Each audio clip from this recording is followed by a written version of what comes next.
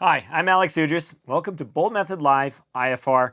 Tonight we're going to talk about gathering airport information before an IFR flight. This is basically everything that we're looking at an airport before we actually depart and leave on an IFR trip. And the goal is to make sure that we can not only get into the airport, but practically get back out of the airport as well. And it applies to both normal airports, the airports we're actually planning to land at, and we also use roughly the same technique if we divert in flight, making sure that we don't end up in an airport that we can't leave. Again, tonight I'm Alex Udris. Colin Cutler is producing and technical directing. He's also managing chat. So the entire point is that this is an interactive presentation. It kind of breaks up the monotony of listening to me talk. So if you need me to go into more detail, or if you have any questions as I'm moving through the presentation, throw it out into chat. Colin will pop it up. We have one of our graphic systems down today, so you're going to have to listen to him read it off, but it's just about as good. But it'll be exciting. It'll be no matter what. Flexibility. And from there, let's get into it. Okay, so as I said, we're going to talk about basically all the information that we gather for an airport on an IFR flight. We're going to look at both Jeppesen and FAA products. We typically use Jeppesen products for our operations, but I know a lot of people use FAA as well. They are both 100% safe. They're both fairly easy to use. I think Jeppesen's a little bit more quicker, a little more organized. That's why we've always been using them, but you can use whatever you'd like. We're going to start by taking a look at the weather at our airport of intended landing, or the airport we're briefing. And then from the weather, we're going to go into available approaches and figure out what our different options are. From there, we're going to back up into arrivals, figure out if we should plan on an arrival into the airport. And then we're going to look at obstacle departure procedures and takeoff minimums. We're going to talk about getting back out of that airport. And then finally, we're going to look at general airport operations, closures, anything that would restrict us once we're underground, and figure out where we're going to go. And again, a lot of this just comes from the fact I've worked in the safety department for airlines. I've worked in flight ops for airlines. Colin and I have been flying for 20 years, lots of time in light aircraft. And believe it or not, you'd be surprised how often an airplane gets somewhere where it can't leave, both in light aircraft, high density altitude, crazy takeoff minimums, stuff like that, all the way up to airline aircraft. Medical diversion into a major airport, but you discover no one operates an Airbus in there, so they don't have an Airbus tow bar, and you can't get the airplane out of the gate, and it's stuck at the airport for about 12 hours until a truck with a tow bar can drive up and push it out. All those little things kind of come up into a diversion. And again, when you're learning to fly under IFR, when you're focusing on your IFR training, everything is just, approach, approach, approach, approach, approach. I think everybody feels like that's all they do. Approaches and holding, approaches and holding. And in light aircraft, it kind of feel like we can go almost anywhere, other than possibly, Denver International, Chicago O'Hare. We figure we're not going to get in there. But most other IFR airports you kind of take for granted. But that would be a mistake, because there are definitely some airports that can be difficult to get both into and back out of. So hopefully with some good planning, the process is a lot less daunting. You know where to look for information. You don't end up flustering yourself and making mistakes in flight. Okay, so the first thing that we're going to look for is the weather at our estimated time of arrival. And we're looking for a couple things. I don't want to plan a flight to an airport that I really know that I'm not going to get into. If the airport's forecast to be low IFR and it's going to stay low IFR, I'm not going to go plan a flight to that airport. If it's forecast to raise and I'm right on the edge, sure, okay. But I'm going to have obviously a good alternate and a good en-route plan to update the weather. And if I don't see that improving en route, I've got places to go to land, pick up fuel, and wait it out. But again, I'm looking for that weather to figure out, okay, what am I looking at? Now, right now, the weather here is actually pretty good. Actually, I'm going to jump over Colin. I told you I was starting with stage, but I'm not. I'm going to go start with ForeFlight, because I think we can do it. We can make that happen. Can you? Yeah. Okay. Astoria. This is a great place. Great place to get instrument training. So what you can take a look here, just looking at their METAR right now, Astoria's light winds out of 110, 4 knots, 2.5 miles in rain, mist, overcast at 300 feet, temperature 7, dew point 6. So right on, first of all, it's cold. You're not going to have to get high to get into ice. And obviously super close to fog there. And then I'm going to look at the terminal area forecast, and I get an idea of my estimated time of arrival. Okay, where are the winds coming from? What's the expected visibility? Where is my ceiling? Okay, and I'm going to use that to identify which approaches I can accept as a pilot. Again, we always kind of assume that there'll be approach at the airport available, but it's really important to take time and figure out which ones can I take and which ones can't I take. And I'm looking at a couple things. I'm looking at a procedure that can get me down below minimums. Again, when we're at training, we're always thinking of the ceiling because we're always wearing a hood. Our view limiting device doesn't restrict our visibility. It essentially acts as a ceiling, and then once you're out of it, the visibility is pretty darn good. In real IFR operations, visibility can be a big problem. Oftentimes you're below the ceiling, you just can't see the runway because the visibility is too bad. When you're dealing with category 2 and 3 operations, that's essentially the problem. There may not be a ceiling, it's just awful visibility. And the ceiling itself is, indefinite or really undefined, foggy.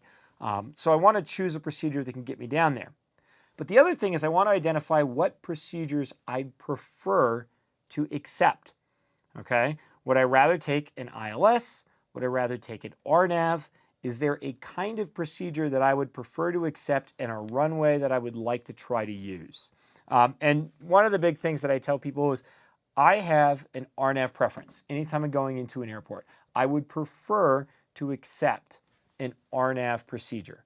Okay, so I want to look for weather that might get me down to an LPV minimum, which is going to be typically 200 to 250 feet decision altitudes and a half mile. And then the other thing that I'm going to look at typically at the airport is what kind of airport information do I have or weather information do I have. And I'm going to jump back over to stage here, Colin, and we'll take a look. I'm going to go back to Rocky Mountain Metro because that's what most of this right now is based off of. This is a Jeppesen 10-9 plate. You'll notice that this one's actually 20-9. That's because Jeppesen takes all of the airports in a metro area, here the Denver metro area, and groups them together. So I think 10-9 is Denver International, but I may be wrong. It may be Front Range. Yeah, Denver International's 10-9. And then Metro's 29. Front Range, I think, is 39, and Centennial is 40. It's 40, yep. Yeah, so that's the fourth airport. And it's just kind of in the sequence that they kind of create and start numbering approaches. So the first airport that gets approaches, it's 10-9. So if we take a look at the 10-9, it's going to give us basically all of our basic communications informations. And one of the things that it's going to tell you, as you can see here, ATIS is 126.25. It also doubles as our ASOS station. ASOS. So what does ASOS mean? And there's a really good chart in the AIM. It's nice to print out. And this is taken basically straight out of the AIM. It's nice to print out and then just save in ForeFlight or EFK as a single sheet, so it's very easy to find. It tells you what you can expect from each of these. So, essentially, almost all of the weather reporting systems are going to give us wind, visibility, temperature dew point, altimeter, and then our ceiling. But when we start to get into precipitation types and freezing precipitation, that starts to change. Okay, so you can see that in ASOS here, that's our ASOS. If we go over, you can see it can identify precip. It tracks rainfall accumulation, which is pilots were oftentimes not that focused on, though for snow accumulation it can be important. And it can identify freezing rain. Other common AWOS systems you're going to see are AWOS 2, AWOS 3, 3 Ps and 3 Ts. If we take a look at all of these, precipitation identification is not available until you get to an AWOS 3P, P for precipitation identification.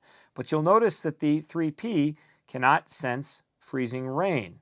The 3T identifies thunderstorms, the 3P identifies precipitation, the 3PT identifies thunderstorms and precipitation, and you got to get down to the AWOS 4 before it can identify a freezing rain occurrence. Especially in the winter, the fall, the spring, freezing operations, that's a big concern for us. Freezing fog, freezing rain, identifying it can be very, very difficult. It can be in a forecast or not forecast and still show up. I can't tell you how many times I've been sitting out at the hangar out at Rocky Mountain Metro. It's not forecast for any sort of freezing fog or anything, and next thing you know, everything's covered in ice. So one of the things that we like to look at when we're going into an airport is, can the weather detection system identify freezing precipitation? Can it identify precipitation at all? For example, if it's snowing, I want to know that. I want to know that because the runway surface condition reports at a non-towered, possibly non-attended airport are worthless after it's been snowing. And knowing that en route is very, very important. So, getting an idea of what I'm looking at, because, if I'm going into an airport IFR where the weather system can't detect precipitation or precipitation accumulation, and the airport is unattended, or which oftentimes happens at non-towered airports, I know that there is a reasonable chance that I may have to divert, even though I can make it down below minimums, because I don't know the condition of the runway. Okay, looks like we've got our first question. Okay, Carrie wants to know, with regard to the weather here, is ASOS put together by a computer or a human? That's a good question. It depends on the service level of the system. And the AIM goes through it, but essentially the basic service level is it's entirely automated. And then it can be augmented with an observer, and that observer is then trained and certified. So typically at tower controlled air, first of all, augmented operations are nowadays, I would say, almost exclusively at tower controlled airports when the tower is open, because the tower controllers are usually certified as weather observers, and so then they augment that, and that lets you know then they can put in precipitation information. But there's an easy way to tell, and I'm going to jump back over to ForeFlight. If we take a look at the METAR, what you can see here for Astoria, if we look at the METAR, it says KAST 110, on the 11th at 0155 Zulu, auto. So what this means is that this report was generated automatically without any human intervention at all. Now let's take a look at BJC. Okay, so BJC, KBJC, again on the 11th at 0145 Zulu, no auto. We go right into the winds. So what that tells us is that at Rocky Mountain Metro, Rocky Mountain Metro had a human augmenting it. And if we go back to the 10.9 page for Rocky Mountain Metro, so I'll load that up, we zoom in, you can see that there is an ASOS. That's what Tower is using to get the weather, and then Tower serves as the augmenter.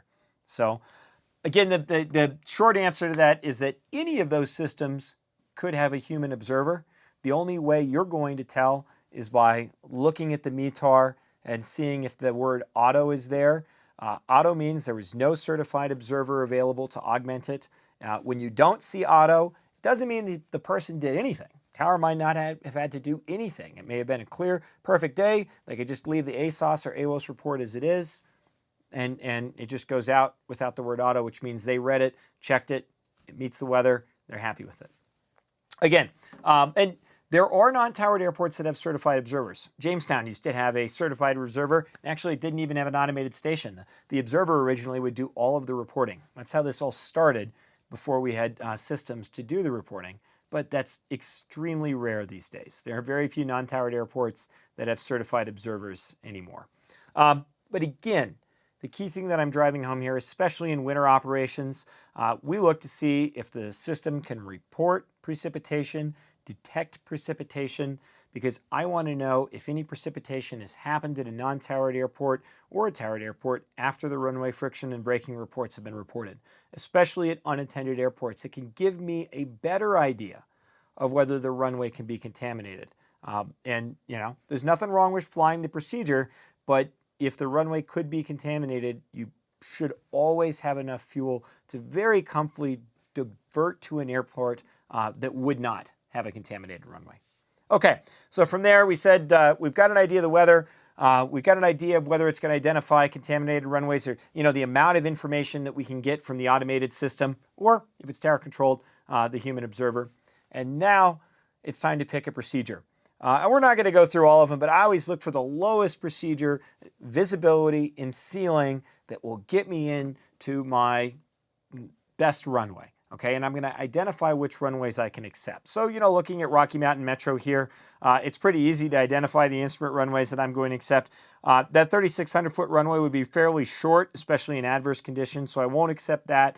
And typically what you'll see me do, if there's a runway that I don't want to accept, what you'll see me do is typically just simply cross that out, and I'll do that on ForeFlight as well.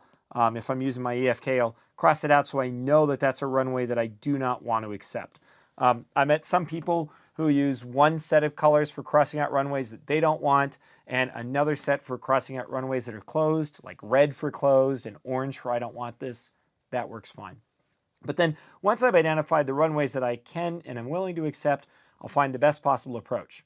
And typically, for me, that's going to be an RNAV procedure, and that's because RNAV procedures, if they get me down to the same minimums as an ILS, or close to the same, but well below the forecast low weather, they are less susceptible to interference. So I'm going to show you a really quick video. We have not put a HUD on this, but this... But before you start here, Alex, I'm just going to hop in real quick because this has been asked a whole bunch, and this is perfect timing. A lot of people have said, why LPV over ILS? Okay, so great timing. This is why LPV over ILS. We are on a localizer. I've got the autopilot flying.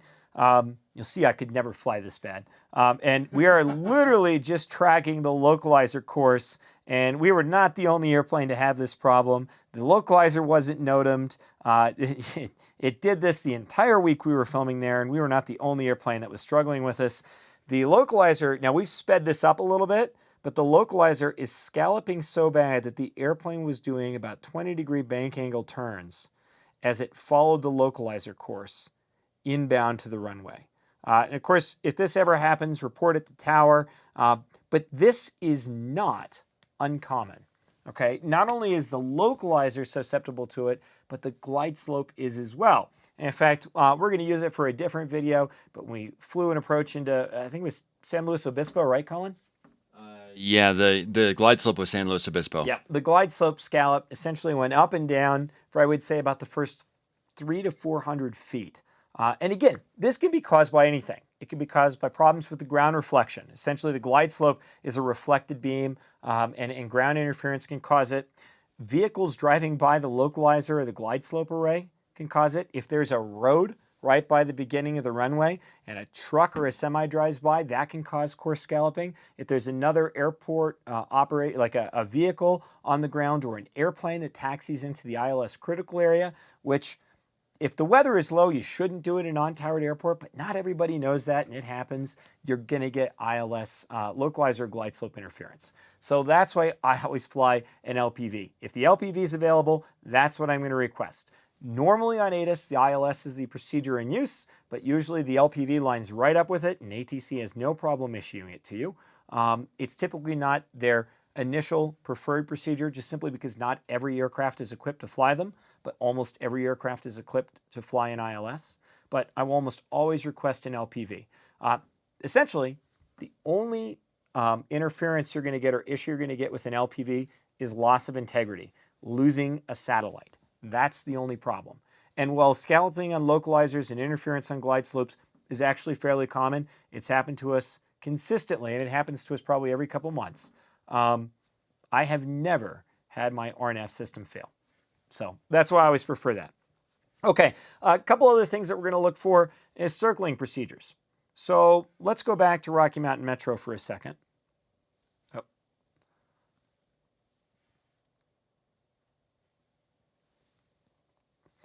Let's say we had an extremely strong crosswind. Let's say it was at a 210. So I'm just going to draw this on here. That is a tiny arrow, very not representative of a strong crosswind. Okay, so let's say we've got a strong wind here coming out of 210. And it's a wind so strong that I do not want to accept 30 right or 30 left. But let's say our landing distance says that we can comfortably accept runway 21 or runway 3. The question is, should we consider or are we willing to accept a circling maneuver? So there's two things that come into that. Again, I'm going to look at the landing distance, the runway reports, but then, and I'm going to look at the circling minimums for those approaches. But then the other thing that I always consider is this. Circling at low altitude in low visibility is an extremely dangerous maneuver. So what we all do a circling approach in training, and it's something that we're all taught to do, and as a Part 91 pilot, we're all approved to do, though many airlines are not approved to do them. It's something that I typically will not do in inclement weather. The times when I will consider a circling approach in a single engine airplane, in IFR, typically for me is when I can remain at pattern altitude, which is above the circling minimums. So essentially I can level off at pattern altitude and fly essentially a normal pattern with good visibility to the runway. If the weather is good enough to allow me to do that, then I will consider a circling procedure. But if I have to do one of those 500 foot above the ground, closer to the runway, tight circling procedures in low weather or night, absolutely not. It's no longer an option.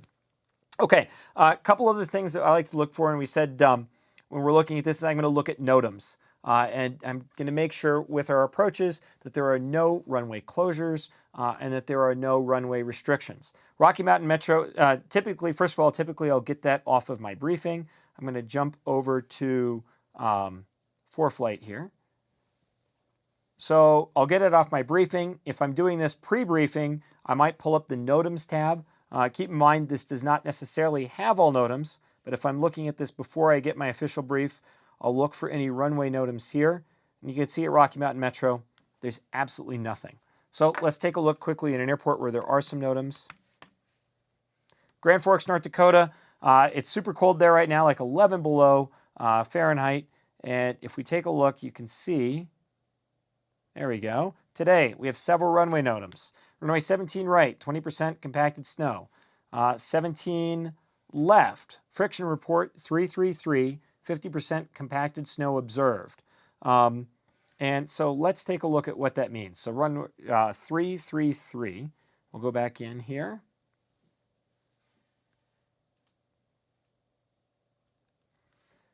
This is our braking action chart.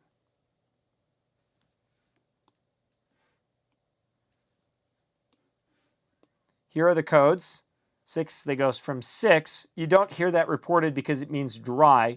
You may see it in combination with like 5, 5, 6, 5 or something like that. And again, the first number is the first third of the runway, the middle is the middle third of the runway, and then the last number is the last third of the runway. So they sample it in thirds.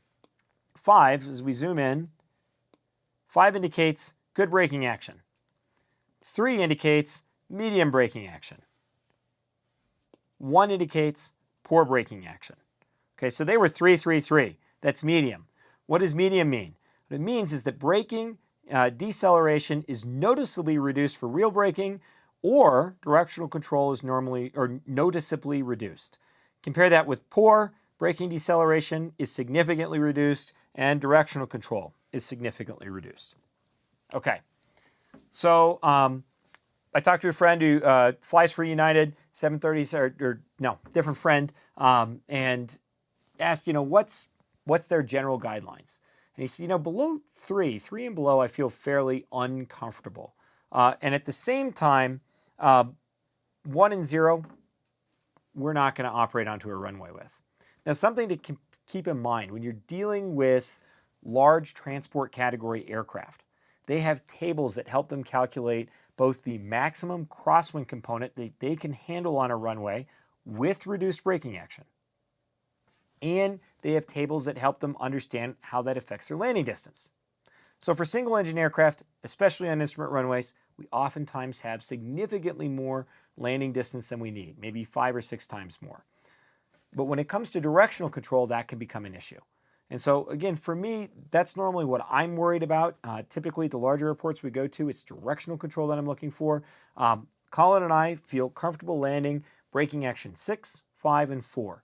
3 and below, we're not going to do on an instrument operation at all. And probably 3, we may consider VFR for practicing something, but generally we would not do that at all. And even 4, if there's any sort of a significant crosswind, we're not going to accept braking action 4 on that runway, just simply because I'm getting to the point where directional control can be noticeably reduced, and with a strong crosswind, I may not be able to keep the airplane on the runway.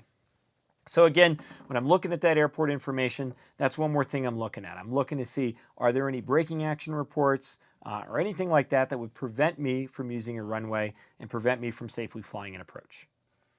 Okay, let's take this. And again, on the airport, I'm going to mark an X on the runways that I don't want to accept. That way is if I'm arriving and ATC asks me to take an approach to that runway, it's just a memory jog. It said, no, wait, I didn't want that runway. It's easy to forget stuff like that or get flustered, especially after a long flight or during a busy arrival. Okay, from there, after looking at one more thing when we're looking at approaches. We're going to look at the missed approach climb gradients. And I'm going to jump over again into ForeFlight. I'm going to look at Rocky Mountain Metro, and we're going to use an FAA chart here for this.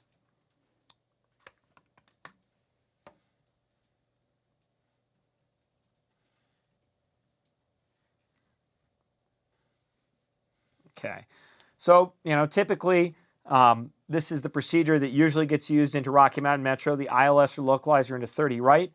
One of the things that I'm going to do is I'm going to take a look to see if there are any missed approach climb gradients for the procedure. So if we go up, you'll notice, first of all, this minimum here has a star, 5799. That's the DA, the lowest DA for 30 right. It comes with a star. So I'm going to take a look in the notes. And I like to read all the notes, but you can just see right at the bottom here with the star, okay, missed approach requires a minimum climb of 240 feet per nautical mile to 9,700 feet. Okay, so here's a case where if you're operating a 172, 240 feet per nautical mile, if you've got a ground speed of maybe 100 feet a minute, you're getting close to 500 foot a minute required climb gradient because you're going almost 2 miles a minute. And at a high density altitude in a 172, you may not have any chance of making, even at DA, a 500 foot per minute climb rate. At 9,700 feet, that may not be possible at all. So when I'm looking at the approaches, again, I'm looking to see not only do I have the performance requirements to get in and fly the procedure, but do I have the performance requirements to go missed? Actually, it's been amazing, being based out of Metro, the number of pilots we've met who fly in, who've flown that procedure, and not even realize that decision altitude had a increased climb gradient on the missed approach. It's just something that people don't think about very often. So that's another thing that we'll check. And then finally, I will take a look to see if there's any cold weather temperature compensation, especially now that we're getting into winter. I don't know if anybody's actually used it. Shout that out in chat. Colin will let us know. We've used it a couple times. It has to be incredibly cold. But again, if you do need to use it, it's something best to brief on the ground before you're in the air, because for most pilots, it's something they'll do 1 or 2 times in their piloting career unless you're really operating in cold environments. Okay. From there, I'm going to take a look at arrival procedures. And for piston aircraft, typically we're not going to fly arrivals into most places. Turbines, turboprops, arrivals are going to be very, very common. Piston aircraft typically get vectored through a gate and then taken off of arrival, but I still like to file them or at least know what to expect. And the way I do that through ForeFlight, I'm just going to go to the airports and I simply go to the arrivals, and I'm going to go through each of the different arrivals into the airport, and I'm going to look to see if they apply to me, where I'm coming from. So again, you can see we have both JEP and the FAA ones here. Essentially, I'll look through each one of these and see, do they have any restrictions? Could I fly them? Are they appropriate to me? And I'll add them to usually my binder and just look at them so I know what to expect or to tell ATC that I can't handle it. Okay, from there, we're actually going to jump to departures. And the reason is I want to make sure that I can make it back out of the airport once I've gone in. So there's a great place for that when you're dealing with a Jepson chart, and that's right on the 10.9 page. So we're going to jump back to the 10.9 page here for Rocky Mountain Metro. You'll notice this is 29, and then the additional information is on page 20-9A. Oftentimes when the airport diagram is large and complex, they'll have a 20-9A which has the rest of the information. And what I'm going to do is I'm going to scroll down to the takeoff and obstacle departure procedure section. What I'm looking for here is to see that there is no increased climb requirement for any of the for the runways I would need to take off, and to make sure that I could get out of the airport. So if we take a look, you can see the takeoff, I'll make that bigger. Takeoff and ODP requirements are right here. Standard, in this case, is FAA standard. Mile for 1 and 2 engines of visibility, 1/2 mile for 3 and 4 engines. Again, under Part 91, this isn't required. It's only required under certain parts. But for Part 91 operations, it's suggested, highly, but not required. People wonder what adequate visual reference is. This 1/4 mile, essentially, if you're operating under a commercial carrier certificate like Part 121 or Part 135, in that case, your op specs may allow you to take off with reduced takeoff minimums down to 1/4 mile visibility, as long as the runway meets certain visibility criteria. That could be runway lighting. It could come all the way down to just simply runway stripes and markings that you can see. But that would be approved for an air carrier. Under Part 91, we can't do it. And then I'll look at the obstacle departure procedure. So you can see Rocky Mountain Metro does have an ODP. If you look at the takeoff and obstacle departure procedure header here, there's no increased climb gradient required, but there is a procedure. So I would at least look at it to make sure it's something that I'm equipped to navigate and do. You'll also see that the airport has a diverse vector area published for it. Essentially, what this allows ATC to do is to give you radar vectors. Even though there are obstacles in the area that require an ODP, ATC can take over obstruction clearance requirements on departure, and you can see here that essentially they give you the instructions. Heading is assigned by ATC. On some diverse vector areas, you'll see an increased climb gradient published, and then possibly on departure, fly heading 350, expect headings from ATC. That would be pretty typical there. Okay, so let's take a look at where to find this on an FAA chart.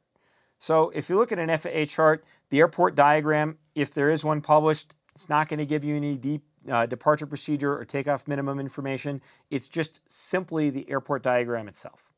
To get the takeoff and departure procedure requirements, you're going to have to go into the takeoff minimum section. In ForeFlight, you can find that under the departure tab, and then you flip through to your airport. So this is Rocky Mountain Metro here on the side, and we'll zoom in. You can see, whew, that is a big arrow. You can see it right here. They divide this into 2 sections, takeoff minimums and then departure procedures. So you can see for this airport, there are no takeoff minimums posted, no increased climb gradient, just the departure procedure by runway. And then they tell you about all of the low close-in obstacles that are around the airport. Okay, let's take a look at another airport. Let's take a look at Hayden. So if we look at Hayden, and we look at their takeoff and obstacle departure procedure, here you can see that we do have an increased climb gradient all the way up to 9,500 feet. Those will allow us to follow standard minimums.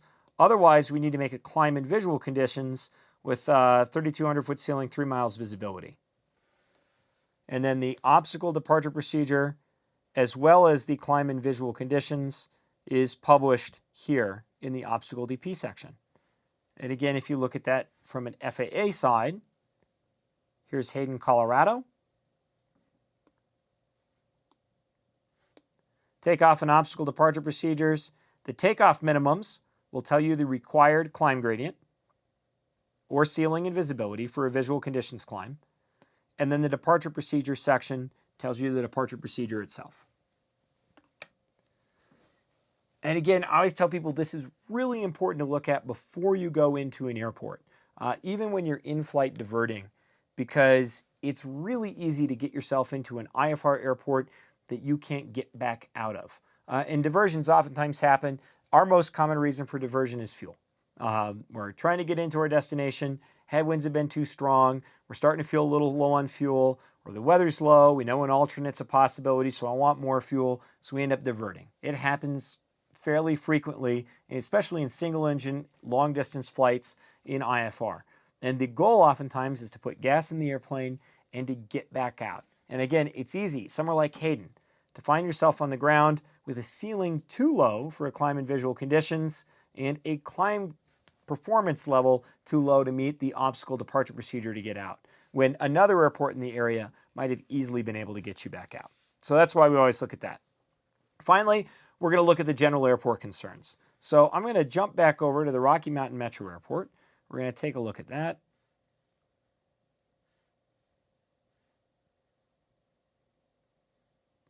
Looking at this, this is the Jepson 10.9 page, 29, because this is the second airport in the series here. Once I know which runway I'm looking for, I'm going to get an idea where the windsocks are. I always like to see the wind when I break out. It can be hard to see, and if you don't know where to look, it can be even worse. So I'm going to look for where the windsocks are. Jepson does a good job of positioning it. I'm going to look at the approach lighting system. I'm going to look at where the taxiways are, and then I'm going to plot any NOTAMs on here. So for example, if a taxiway has been closed, so let's say they closed taxiway Golf, I'll typically mark that out. And the reason I do that is because, especially at non-towered airports, especially at night, once you taxi off, it's very easy to get lost. At towered airports, especially busy airports, ground control can move you along fairly quick. It's always appropriate to say, hey, can you park me somewhere for a second until I figure out where we're going? They can do that for you, but pilots tend to get a little bit flustered, and next thing you know, everybody's moving, and you can end up on a closed taxiway or crossing a runway or something like that. So I like to always mark that out. So I'd mark out, for example, any closed taxiways that have been NOTAMed. I'll go back, and if I know where I want to go, like for example, I'll figure out here at Metro, self-fuel's here, so I typically want to go there. I'll mark that, and then I'll circle any hotspots that I'll probably have to cross on my way there. It just gives me an idea of, something to look for once I'm down on the ground. The other advantage here to looking for the taxiways is it can easily help you to visually line up with the runway. And I'll include that research with this right here. So as I familiarize myself with the runway, the second part of the 10.9 page, Jepson gives you all the basic information here about the kind of lighting systems, the visual slope, approach slope indicators. And what you can see here, if I'm landing on 30 right, you can see it's high intensity runway lighting with the medium intensity approach lighting system with runway alignment indicator lights and a PAPI on the left side, glide angle 3 degrees. It also tells me landing beyond the glide slope, I have 8,201 feet of usable runway available, and the runway is 100 feet wide. Okay, this PAPI L is very important. So you can see there's a PAPI L for both 30 right, and there's a PAPI L for both 30 left. That's something that's also noted on the approach chart, and I'll oftentimes draw on the airport diagram. And I'm going to jump over to our VFR presentation from earlier, and I'm going to show you why.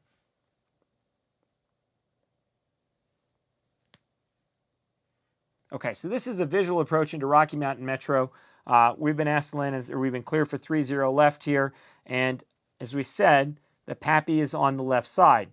You could see 30 right, PAPI's on the left side, 30 left, PAPI's on the left side, right there. But here's the problem. If you look at this runway, you'll notice that the taxiway over here and the runway look very similar.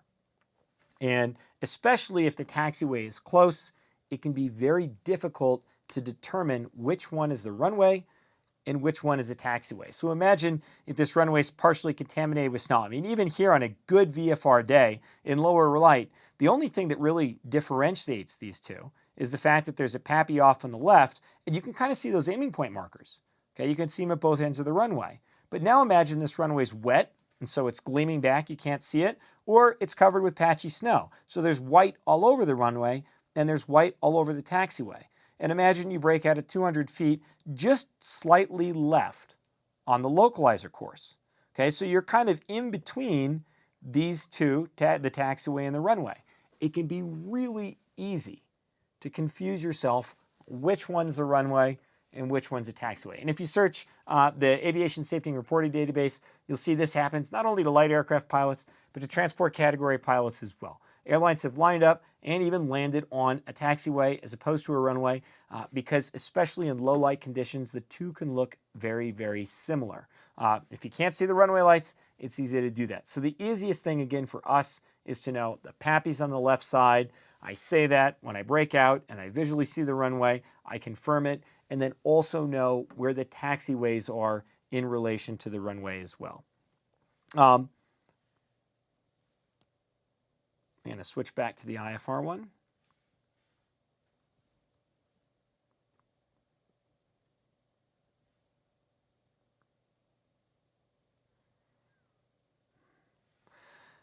And then finally, one thing that's not published on here, but I'll typically note either on an approach plate or on the 10.9 page, typically somewhere on the approach plate, I like to write the traffic pattern altitude. Hit the play button on that? There we go. Sorry about that. So you'll notice if you look at the 10.9 page, they don't draw it on here, and I don't believe you won't find it on the 10.9a page either.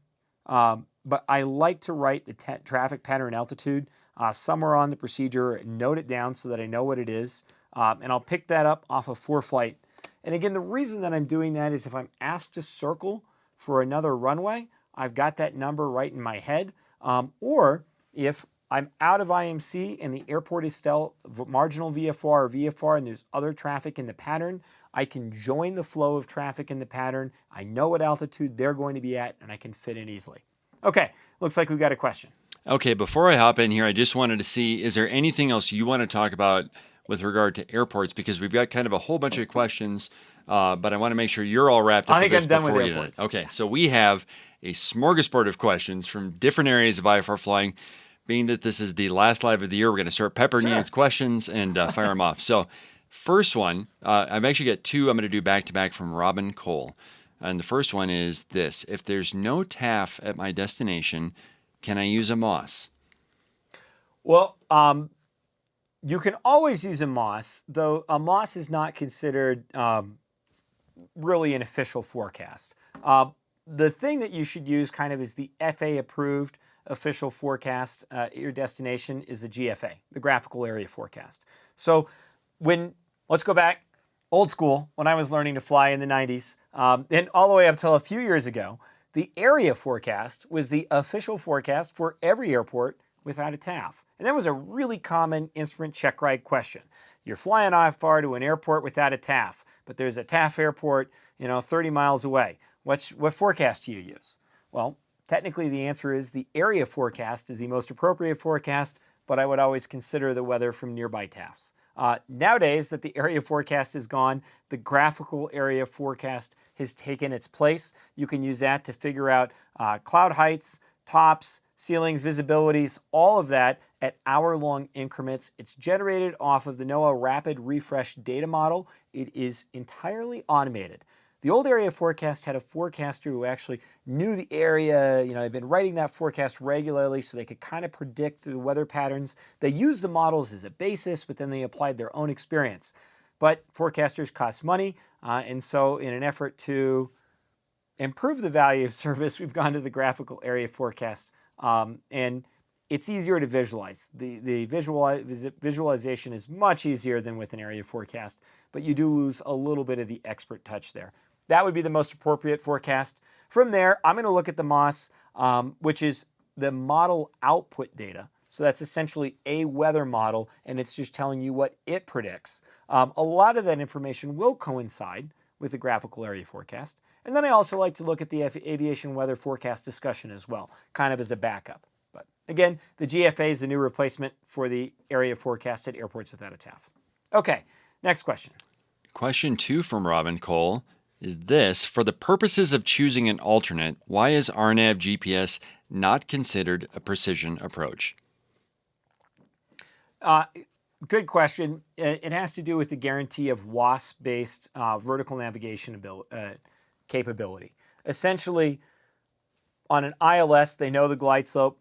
can be in service, and if it's not in service, it's generally monitored. If the airport is approved for an alternate, it's monitored, so ATC would know the glide slope has failed, and that information would be relayed in. When it comes down to the GPS operations, the FAA feels that there is a very the lateral side of the system is very, very reliable, and that while the WAS is also reliable, there's always a chance that you could lose that WAS-based signal, which removes your ability to fly down to those LPV minimums, and so those minimums would not be used as an alternate. Essentially, they're hedging on the case that you could have a WAS outage. The chances of you having an entire GPS outage that is not NOTAMed is very, very low, so they consider that to be reliable enough. But WAS, not so, not as much. That's kind of the short of it. Okay, next question. Okay, Samuel wants to know this, and it has to do with missed approaches. If I fly into an airport without a tower, and I'm talking to approach, and they clear me through the approach, as I go down, I reach minimums, and I have to go missed. On the missed approach, if I'm not able to reach approach control over the radio, I can't make radio contact with them, what do I do? Good question. Actually, in North Dakota, when we taught Devil's Lake, that would typically happen. If you flew the published missed approach, you were too low to contact center. So one of the things to keep in mind is your other option or good option is flight service. And in an area with other air traffic, you can always ask someone to relay. So let's just start with the first. Going back to flight service, taking a look at the chart, seeing if there's a flight service station listed, or going to the low altitude chart, if there's a NavAid facility at the airport, picking up the appropriate flight service station there, and while you're in that missed approach holding pattern, calling flight service, letting them know that you're established in the hold and you're looking for your next set of instructions from center. Center will typically then give you a climb or another clearance through flight service. So that's option number one. Option number two, you can call them over the radio. Option number two would be to ask another aircraft to relay. Depending on where you are, option number two, the relay may be much more effective. So let's say I'm in the Colorado Mountains and I go missed and I can't reach center at Hayden. There are tons of other aircraft typically in that sector. I can hear them. So I'll typically say, any aircraft you can hear me, this is Cirrus 216 Bravo Delta. I'm in the missed approach hold over Hayden. Can you ask for a climb from center? Can you ask for further clearance from center for me? And typically someone will come up. Oftentimes it's an airliner and they'll say, yeah, we'll relay. And then they'll come back and they'll say, Cirrus 216 Bravo Delta, center says climb maintain 10,000 feet. So the relay, if there are other aircraft on there, is oftentimes much easier than flight service because they can quickly talk to center and get the information back to you. But if there's no one out there to relay through, then you can try the flight service station frequency and ATC. They will actually call center on a landline, get you a further clearance and come back. If you can't reach them over the radio, typically during a missed approach hold, you're close enough to the ground, you can always call them up on the phone. Also, many non-towered airports, or nearly all of them now, you'll find the clearance delivery phone number for center. You could always resort to that to try to reach center and get a further clearance. That being said, every time I've had a hard time reaching center in a missed approach hold, I have been able to either get a hold of flight service over the radio or relay through another aircraft over the radio.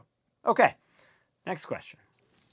Eli Gray wants to know this. On a circling approach, does it matter once you reach the MDA which way you circle to the runway? So the FAA says that you should choose the safest, most efficient way to circle. And what they say is you should fit in with the flow of other traffic, that being on an instrument approach never gives you priority to land at a non-towered airport. You're always expected to fit in to the flow of other traffic. But during a circling approach, you're going to do a combination of two things. Choose the safest, most effective way to circle, and if possible, make that conform to any traffic pattern procedures. So let's just take a look at an airport here.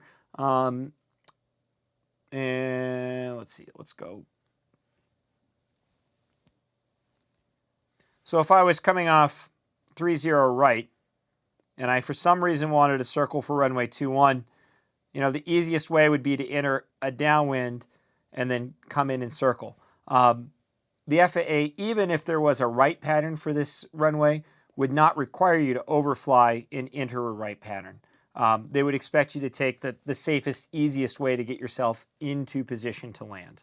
And again, part of it is you want to limit your maneuvering as much as possible, because the more you maneuver, the more you have a chance of losing sight of the airport. And if you lose sight due to clouds or visibilities, you have to execute a missed approach. If you briefly lose sight because the airport is under your wing, you can continue. But if you roll out, you can't see it, now you're stuck. So again, choose the most direct, safest route to enter and land, yet also fit in with the flow of traffic. That's actually usually pretty easy, because when there is other traffic at the airport and you're circling, typically the weather's good enough to fly a VFR pattern, and joining that pattern is not too hard.